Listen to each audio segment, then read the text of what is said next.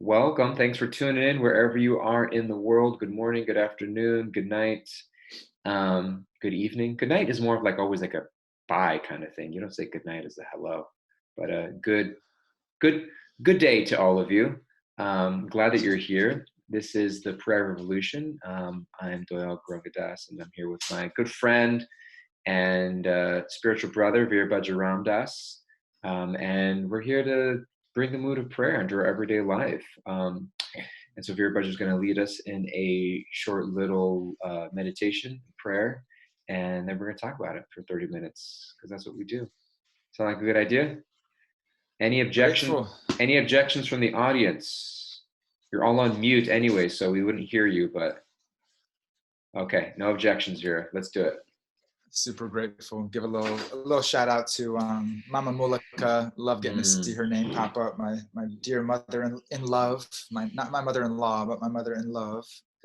And all you guys, grateful to be with you this morning. I was listening to a song this morning that my godfather Arjun shared with me. A beautiful, beautiful song. It was composed by Ravi Shankar and George Harrison. And then Nora Jones, she, daughter of Ravi Shankar, she did another version of it. And just so soul-churning, so just the perfect mood for this morning, for me personally. So I'd love to share that with you guys. And if you're not familiar with prayer, then and you're joining in for the first time, just get comfortable wherever you are right now. Just pause your life for a few moments. Get into a comfortable seat, or even if you're standing, just pause and stop whatever you're doing right now and start taking some nice deep breaths. You can close your eyes, you can bring your palms to your heart if that feels comfortable for you. Just get into a space of receiving. Prayer is a universal language of our individual heart connecting with our divine beloved, with our source, with our higher power.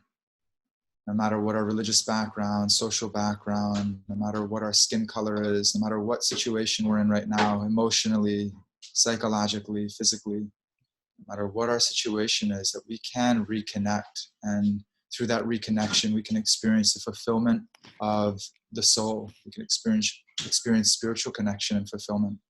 And so we're just getting into a space right now to receive grace, soften your body, soften your mind, stay connected to your breath, and just get into the space of receiving, knowing that there's a grace-filled energy that is going to enter into your consciousness and enter into your heart right now.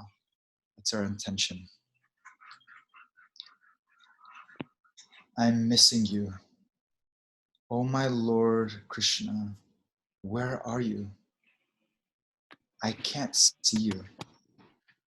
I hear your flute all the while.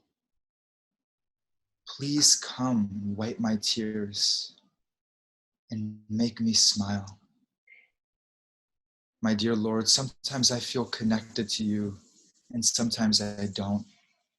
Let me know that life itself is your flute playing. Let me know that each moment that I exist, that is part of your dance. That is part of our eternal connection. It's part of your bigger plan. Life itself is your flute playing. Help me to connect to that, even though I don't see you. I miss you.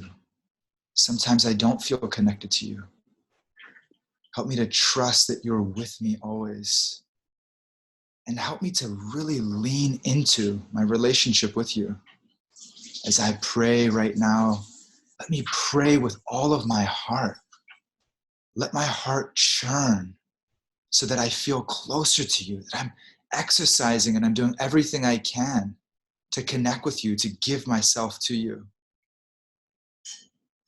Please help me to have faith and help me to trust that you are with me right now, that you're with all of us in your unique and individual way. Please help us to hear your flute playing through every moment of our life, knowing that you are orchestrating each moment, each day, each happening to bring us closer to you, to bring us closer to that eternal life to that boundless love, to the joy of the soul that we are so much seeking. Hare Krishna, Krishna Krishna, Hare Hare, Hare Rama, Rama Rama.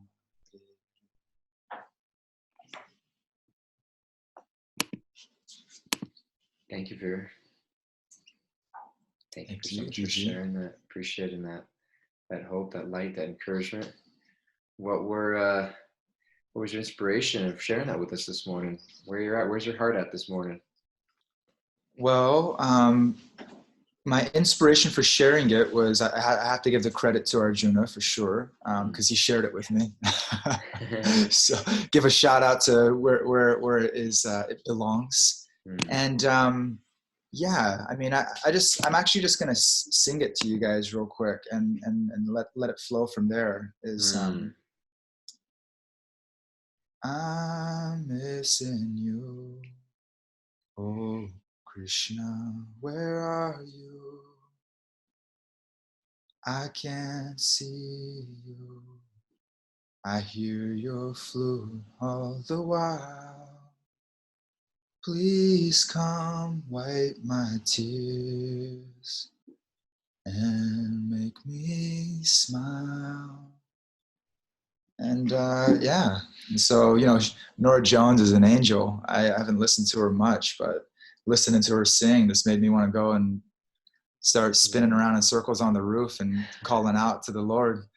And so, yeah, and I guess, it was a perfect, it was really like a perfect medicine for me. And, why it was so touching to me this morning, I think specifically, is that in my meditation, in my practice today, my prayer was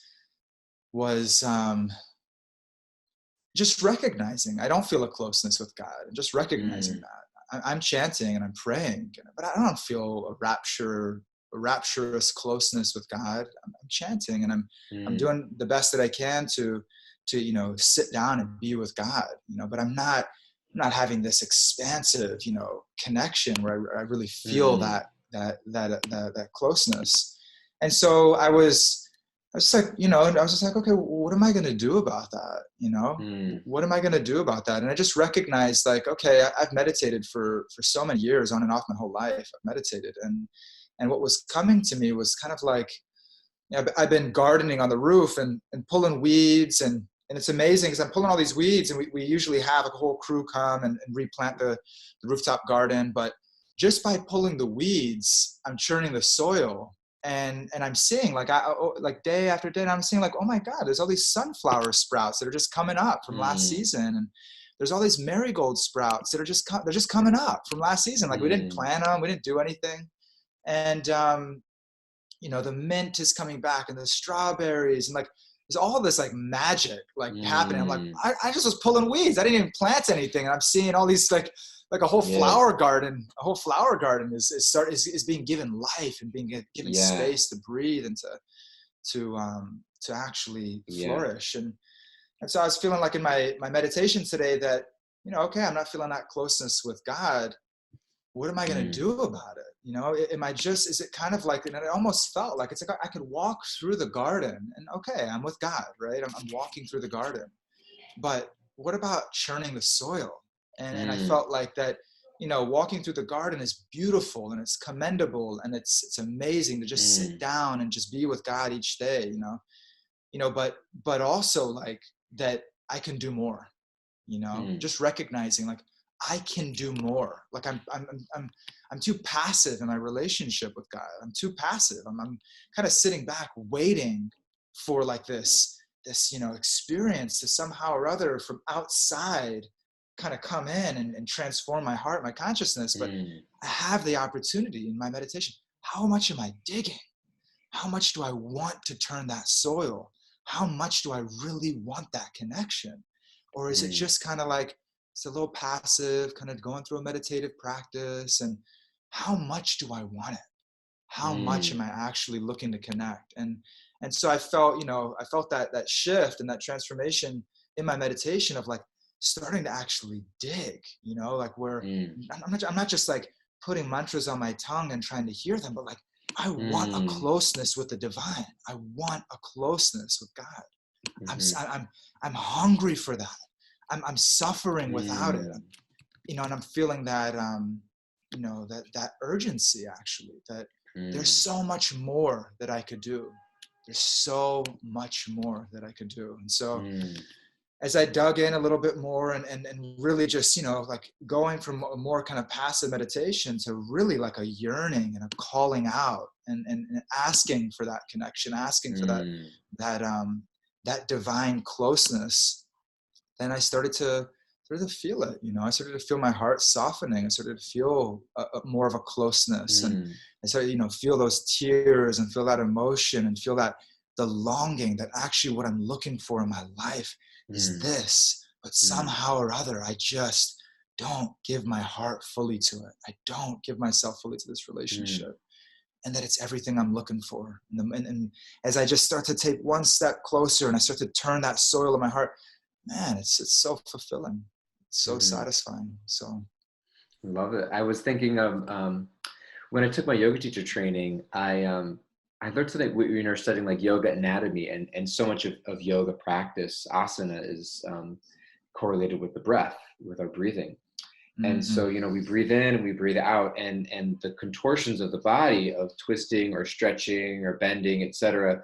So much of it is paying attention to. Sometimes we'll say like the 3 parts breath: your lower belly, your mid belly, and your chest, and breathing from those places. And when you're opening up space for air to come in, and you're exhaling stale air out, and it's removing toxins and bringing in fresh energy in that whole process. And we learned that that when we breathe, we think that actually I'm like, I'm sucking air in and I'm pushing air out, but actually we're not pushing or pull. This is what at least the Yoga Anatomy book was telling me, that I thought was fascinating, is that you're literally just using your muscles to create space in your stomach, and then just literally the force of gravity and atmospheric pressure just fills that space with air. Just like if you open up a bottle, air will naturally come in. The bottle isn't sucking air into it. You just open up the cap and air comes in. And then when you're not pushing air out, you're literally just closing the space in your stomach cavity, and the air is coming out. So it's literally just creating space, and then air just by atmospheric pressure just pours into your body, And so I was thinking like kind of what you're saying of like, it's how much am I creating space for divine guidance and love to come into my life. But sometimes I don't have to do this extraneous thing to like pull it or bring it in. I just have to kind of just remove the things that I'm distracted by.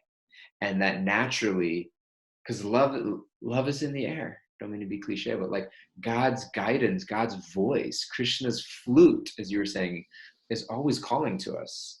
We just can't hear it, because there's just too many noises and distractions that are going on in my life. So it's like, oh, if I just put down some of the things that I'm so preoccupied with, naturally, just like creating space for air in my belly, that voice will start to flood into my life, So I was kind of thinking of that as you were saying, like looking around, seeing the strawberries and the mint, and just noticing things that maybe weren't there before, that there's magic all around.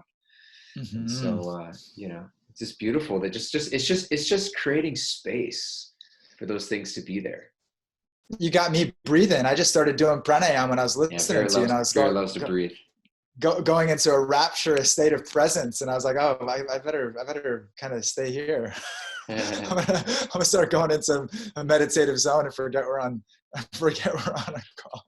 Stay with me, Vira. Stay with me. I'm with you, Bob. I'm with you. And it's so, I love it. I love the divine synchronicity when we're connecting and just sharing from our hearts, and like, the fact that you're bringing in breath and bringing in presence and bringing in this spaciousness to allow God's energy to flow into our life. And last night we had a community group, and we were talking about presence. We're talking about being, and something that's so somehow, like it seems like it's this like it's so absent, right? To actually be in a rapturous state of presence, to be fully here right now, like the mind not to be jumping and measuring and weighing and da-da-da. It's like constantly like processing and creating a whole other experience aside from like what is just purely happening right now. And so Mm, we were talking about being and we're like, you know what, let's just breathe. Let's actually just start to tap into the present moment and experience the present moment, to actually be in that for a few minutes together. And we started practicing pranayama, and could just see everybody, you know, that rapture that we're seeking, the rapture that we're seeking in mm, a future pleasure and an idea of happiness and fulfillment down the road, or you know, the regrets and neglects, or the measuring and weighing that we do based off mm, our past. You know, I experienced pleasure in this way and that way, and now, you know, that's kind of that is becoming the future projection of where I'm going to get pleasure and happiness again. But it's right here. We were talking about it yesterday, right? We're talking about it in our call. It's right here with mm, us right now. You know, this moment is the only way we can experience a higher power. This mm, moment right now is the only way that in a relationship we can experience a rapture, we can experience love. Right now, in this moment, is the only way that we can experience vitality and health and energy moving through our body, feeling alive and feeling connected. And mm, so, you know, you bringing that in, it's just like, you know, how can we, and so much of it is in the mind, so much of it is, you know, is the practice of breath, the practice of presence, the mm, practice of being, and actually entering into that enough throughout our day that mm. we're able to feel a closeness with the divine. We're able to feel a closeness with what's taking place right in front of us. Yeah. The flute that's playing, the divine unfoldment of a conversation with a friend, or just a rapture of cooking a meal, whatever it is, Mm, there's so much that's happening that if we're not present, we're just missing life. And I mm, was saying that, I was like, I've missed so much of life. Like I've missed out on the parties so much, you know, projecting, you know, happiness into the future, or, you know, being in a state that it's like something outside needs to change and then I'll be happy, you know, really kind yeah. of, you know, putting my happiness in the hands of other people and putting my happiness in the hands of circumstance. But actually Mm, fulfillment and that connection I'm seeking is it's in the moment right now. mm, So you brought me into that moment, Bob. yeah. Feeling that closeness and that connection with all you guys. Beautiful, loving it. I was thinking of all of these different verses from Bhagavad Gita or Srimad Bhagavatam, and there's this idea of this phrase comes up very oftentimes in various places in Srimad Bhagavatam, where Bhakti-yoga is called Tivrena Bhakti-yogena. Tivrena means like fierce or like Mm-hmm. strong, you know. And so we have these verses. It'll say like at the end of the third canto of Srimad Bhagavatam, it'll say, therefore persons whose minds are fixed on the Lord engage in the intensive practice of devotional service. That is the only means for attainment of the final perfection of life. In the Sanskrit says Tivrena Bhakti Yogena. Or in the second canto is another, a person who has broader intelligence, whether they be full of all material desire, without any material desire, or desiring liberation, must by all means worship the supreme whole, the personality of Godhead. And the same words are used, Tivrena Bhakti Yogena. So this kind of this word tivra is sometimes referred to as fierce, or Srila Prabhupada in the purport says, this implies that bhakti yoga may be perfectly administered without any mixture of karma and jnana, or like material desires or intellectual speculation. It says, as the unmixed sun ray is very forceful and therefore called tivra, similarly, unmixed bhakti yoga of hearing, chanting, etc., may be performed by one and all, regardless of inner motive. And as you were kind of speaking earlier this morning about like, oh, like I could always do more in a sense, you know, um, just in a feeling. It's not like necessarily I could do more in terms of externally, even like, oh, I gotta work harder. I gotta like physically exert myself more. But I think that tivra and bhakti, that fierceness of devotion, is I could always give more of my heart. I could always bring more of myself to the table, because it's complete absorption that we're looking for. Mm-hmm. You know what I mean? We're not looking for a half-ass relationship. We're looking for like that full absorption. I mean, and that's ultimately samadhi. That's the meaning of the word is samadhi, is complete absorption. Mm. And so we want to swim, we want to drown ourselves in that ocean of love and experience. Mhm. And we kind of all have that experience of what it's like to be with somebody. I'm the biggest culprit of this than anybody. You're with somebody and they're just not there. They're Mm. half listening to you. Especially you can see it on Zoom. Like now, more and more on Zoom. It's like ever watch somebody on Zoom and and then you can tell they're not listening. They're just they're surfing. They're looking at something else during the meeting. They're surfing channels. They're looking up jokes. They're taking notes about something else, and it's just like you can see you get that look on Zoom, like their eyes kind of glaze, and they're like, you could tell, like, dude, you're not. What are you surfing on your internet right now? You know, and so it's you can tell when but they're listening, and they're like, oh, I could repeat what you said. It's like, okay, you've learned how to pay attention to what I'm saying enough that you can repeat, but were you really present here? You Mhm. know what I mean? Mhm. And I think that's a meditation that we bring into every moment of our spiritual life. It's like, am I just coasting through? I'm doing my service, I'm doing my practice, I'm doing my meditation, I'm doing my prayers, whatever it is, but am I really fully bringing my heart? Mhm. And I think that's the sense of like, like I could always do more. It's not like I'm not doing enough, but it's like I want to feel that fullness of experience. So I'm gonna have to bring my full consciousness and heart. And it's Naushin said it's not about listening, it's about being present. It's about being very Mhm. present. And so I think that's we're the only ones that can gauge that. Mhm. We're the only ones. I remember when I was in junior high, we would run track. We had to run a mile, and there was this whole like kind of not like an obstacle, this whole way, like our PE teacher tracked out this route that added up to a mile, and we'd all run. And some people love it. I've never been a runner. I've hated running. My wife is a runner. She loves to run. It's like a meditation. She runs for miles. I just like what's the point of this? When is this going to finish? And so but anyway, so we would run, and there was a friend of mine who would run. I still remember his name was Drew. I don't remember his last name. His name was Drew. And we would run it, and we would always cut corners in the to the to just kind of cut corners to get to the end of the mile. He never cut corner. He was always just like slow and steady. And he would always say to us, "You're only cheating yourself. You're only cheating yourself." And I was like, I don't mind cheating myself. I'm getting there. Yeah. But he was always like, "You only cheat yourself," and it's like, and I think that's the sort of the linchpin of spiritual life. You know what Mm. I mean? Where we get to a place of like, I'm not doing this for anybody else Mhm. other than myself. You know Mhm. what I mean? I'm here for myself. I'm pushing myself for myself. And I'm not doing this to get some sort of gold star of approval. Like, look at how sincere this person is spiritually. I'm here because I'm looking to perform Tivra and Bhakti, fierce, focused devotion, because I want that experience. And the effort is sometimes seen by nobody other than yourself and Krishna, and the reward is experienced by nobody else other than yourself and Krishna. And that's hard because we don't live in a culture that supports it. We live in a culture where it's like post it all online, get followers and comments for it, get rewarded for it, get paid for it.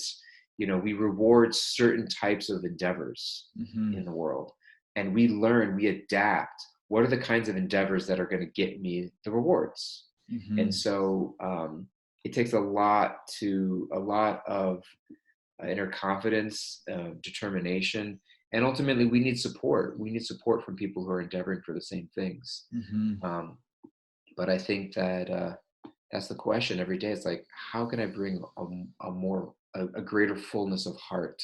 Because Mhm. that's what Krishna's looking for at the end of the day. Mhm. He's looking for your heart. Mhm.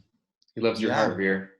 And I know. I was just when you were saying that, I was just thinking the exact same thing. He loves your heart, DG. He loves all of our hearts, right? And it's this unique and individual experience of love with the divine that it's unique to each and every one of us. That Mm, the flavor of love that you bring to the table in the relationship with the divine, with your higher power, is unique. Its quality is unique. mm, My love for God at its most perfected stage, and your love for God at your most perfected stage, there's a specific flavor and fragrance and taste that God is eager for. That God is eager to taste that love. And Yes. so, and I'm appreciating, it's like, okay, now for myself, I want to be that eager. I want to be as eager as God is to share that love and to reconnect in that Mm, way. And I love that you're pointing at, it's not external, DG, and that it's wherever we're at right now, it is internal. The process is internal. We're yeah. we're practicing meditation, or we're doing kirtan or prayer. I'm using my speech, and I'm using my physical Mm, body as a structure to help to actually communicate and connect with the soul and with our with the yeah. divine. And so I'm using all this matter and these material structures to reconnect. But internally, what's happening in the soul, what's Mm, happening in the heart, is a churning, that I'm churning a garden. exactly. I'm turning that soil over, and I'm preparing that garden. I'm pulling the weeds out, and I'm allowing for the freshness of life to come in. So those flowers can blossom in our love and our eagerness to connect with the divine. So Mm. that's I'm appreciating that, and just that meditation. It's so powerful. I've got dirt underneath my fingernails from digging in the garden yesterday, and just being with that, like, wow. Yeah. I'm in a churning process, right? I'm in a Mm, garden. I'm churning the soil. The flowers will blossom. The mango tree will flourish. Like, yeah. yes, let me stay in this process of really churning my heart, and Mm, show and showing myself. And I love this another Godfather quote. He's given me so much in my life. Be selfish to be selfless. And then I heard you saying that. It's like, I'm doing mm, this for me. I'm doing this for my soul. I want pleasure. I'm seeking pleasure. Like, all be honest. Like, we all are seeking pleasure. And that's okay, because mm, that is the nature of our soul. So let's be selfish, so that, and like what you were saying, right? It's like, when we're in that consciousness where we're feeling a closeness with God, we're feeling connection with ourselves spiritually, what comes from that is a selflessness. What comes mm. from that is a flourishing mango tree with way more mangoes than we will ever be able to eat, or our immediate family and friends. We'll be able to share that and spread that to so many people that are looking for that Mm, mango pulp. They're looking for that juiciness and that connection and that mm. fulfillment as well. We can share that because we're Yeah. experiencing it. Be selfish to be selfless. I love that. I'm gonna take that one. Yeah. Yeah. I remember I'm doing this 100-day project right now, and I'm just kind of like sharing stories. I've been reflecting on a time in my life where I spent in an Al-Anon program, Al-Anon ACOA, which is for people growing up, or families or loved ones of people who grew up in an alcoholic home. My father was an alcoholic, and and I remember I just loved listening to people's stories. And what I loved most about being in those meetings, in those rooms, is that everybody there had this realization, or this dawning, or this learning of, nothing in my life needs to necessarily change in order for me to be happy. Like, I am the controller of my own happiness. And I've used to blame it on everything else. It's my parents, it's my husband, if my husband just stops drinking, everything will be better in my life. If my wife just starts doing this, then I'll actually be happy. If my kids would just learn to, then I'd be happy. If my parents would just stop, then I'd be happy. And there's one particular guy that I remember his story. And he was just this little bit older than me, kind of like just like a jolly go lucky kind of guy. I liked being around him. And he told this story about, for people who grew up in alcoholic homes, and sometimes, family gatherings are really tough. The holidays are things that people don't always look forward to. I'm going to go spend time with my family. And he would say, I'd always, be around my family. And he was sober, and said they'd get drunk, and they would say this, and then they get ugly, and I would just hate being around them. And he just said, like, I realized that actually I can change that just internally. And he said, after years of working on myself, I go visit my family. He said, they're still the same way. They're the same people, but I'm just happy. Like, I just realized that, like, the only thing I have control over is how I change myself. Mm-hmm. That may mean I may need to create certain boundaries around other people, but it's letting go of that idea that the people around me need to change in order for me to experience happiness. Mm-hmm. And I think that similarly also, like, in our spiritual lives, it's, what I mean? Like, it's so easy for me, it's so easy for me, like, where there's this funny Brene Brown cartoon. Brene Brown, she says, like, she tells this story about, like, shame and blame. And there's a story where she like spilled her coffee in the morning, And the first thing she thought was her husband's name. I think her husband's name is Scott. The first thought that came to her mind when she spilled her coffee was, damn it, Scott. You know, like, and she went through this whole thing of like, it's because he did this, and then and that led me to be where I was, and then I was rushed, and then I spilled my coffee. You know what I mean? And so Yeah. she's like letting go of the idea, like, oh my God. And I think about that for myself. Like if I'm struggling in my spirit, like if I'm having a late morning and I didn't get my practice, it's like, it's so easy for me to just be like, I just blame my wife. You know what I mean? I just like, I'm not, you know what I mean? Like, you know, if my wife was more supportive, if my husband was more supportive, you know what I mean? Then I was like, no, it's like, go to bed early and wake up, you buffoon, you know? It's like, take ownership, you know what I mean? It's like, it's so easy to blame our spouse or our children or our parents or our friends or it's my job. I have this job, it's Jim Material's job. It's like getting in the way.